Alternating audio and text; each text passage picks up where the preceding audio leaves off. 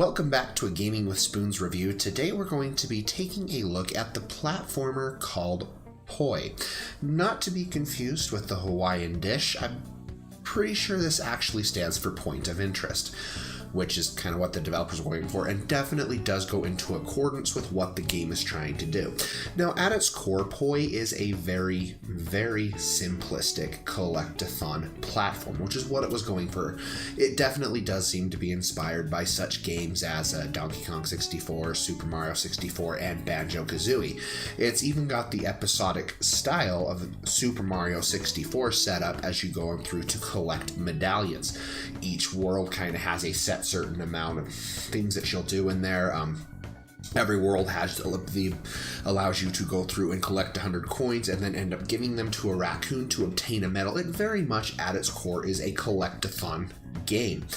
Now, as I said, the game is very simplistic, not too difficult, not too great. I mean, at this point, I'm a veteran when it comes to 3D platformers, so my abilities to go through and this game far succeeds quite a bit, maybe what the traditional player who doesn't pick up a lot of these games does, but I have had years of experience on this and I never really found the game too difficult.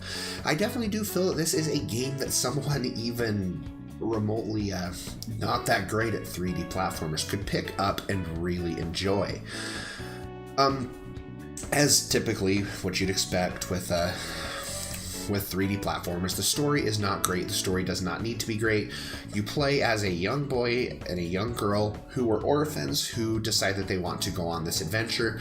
They of course end up meeting this old man who's lost all his medallions. He tasks them with finding these medallions and eventually finding the end goal, the Milky Way globe at the end of the game.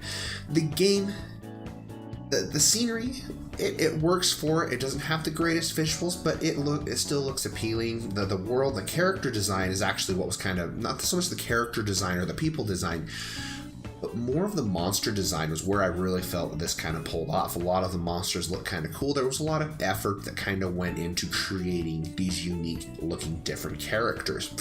Well, as for holding up to other platformers and how it works, well, again, it's not going to be groundbreaking, it's not going to be excellent, but I also didn't go into expecting it to be like I did Yooka-Laylee. There wasn't this huge, vast team of amazing developers working on it behind the scenes. I kind of well knew going into this game that it was just going to be something simple, and PolyKid did a really good job being able to pull this off. If I had to give some main gripes and things like that about the game, I would definitely criticize some of the platforming elements could be very frustrating at times.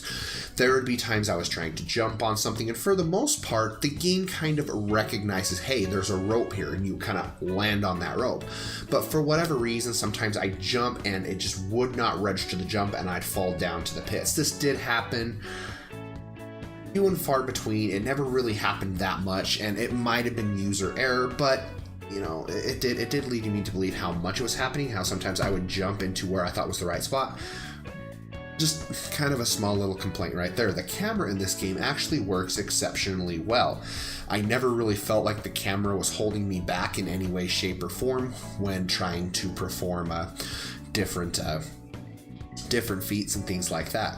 One thing I did enjoy about this game, though, more so than others, is it really did have that collect-a-thon kind of feel. It wasn't about the story, it wasn't about the characters, it wasn't about the cinematics. It was about getting thrown into a world and just collecting. You have various different things to collect.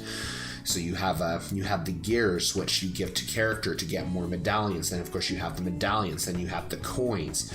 And then you have pictures that you can take of enemies. You have fossils that you need to dig up and spread out through all the worlds.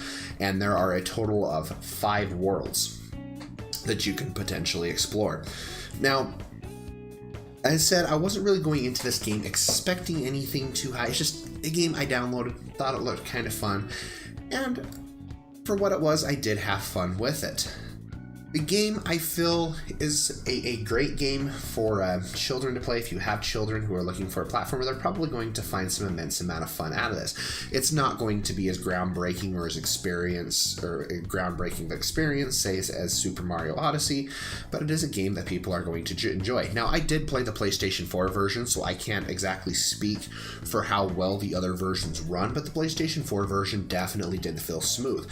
But this is also available on Steam, the Nintendo Switch, and I believe Xbox One as well, so you guys can pick it up and play it on there. I recommend it. Again, not the greatest game, not the worst game in the world, but a good, solid experience. I would kind of like to see these developers continue to go on a third-party game and continue to maybe try their hands at something else. Let's go ahead and put a big rating on this. I am going to give Poi a 7 out of 10. For its tight gameplay mechanics, collectathon feel, and otherwise just cool looking art style. Despite the few problems I had with some of the jumping mechanics, I felt that it was a really solid game, and definitely worth picking up if you are into 3D platformers, just looking for a 3D platformer to quench your interest, or you're looking for that game to sit down and maybe play with your maybe play with a kid, or if your kid's into those kind of things, after getting off of Super Mario Odyssey, it is a game worth checking out. You guys have been watching a Gaming with Spoons review. Be sure to hit subscribe there for me to keep up to date with all of my content. You can follow me on Facebook and Twitter. Links are going to be down below in that description box. And most importantly, stay happy, be happy, game happy. Spoons is checking out.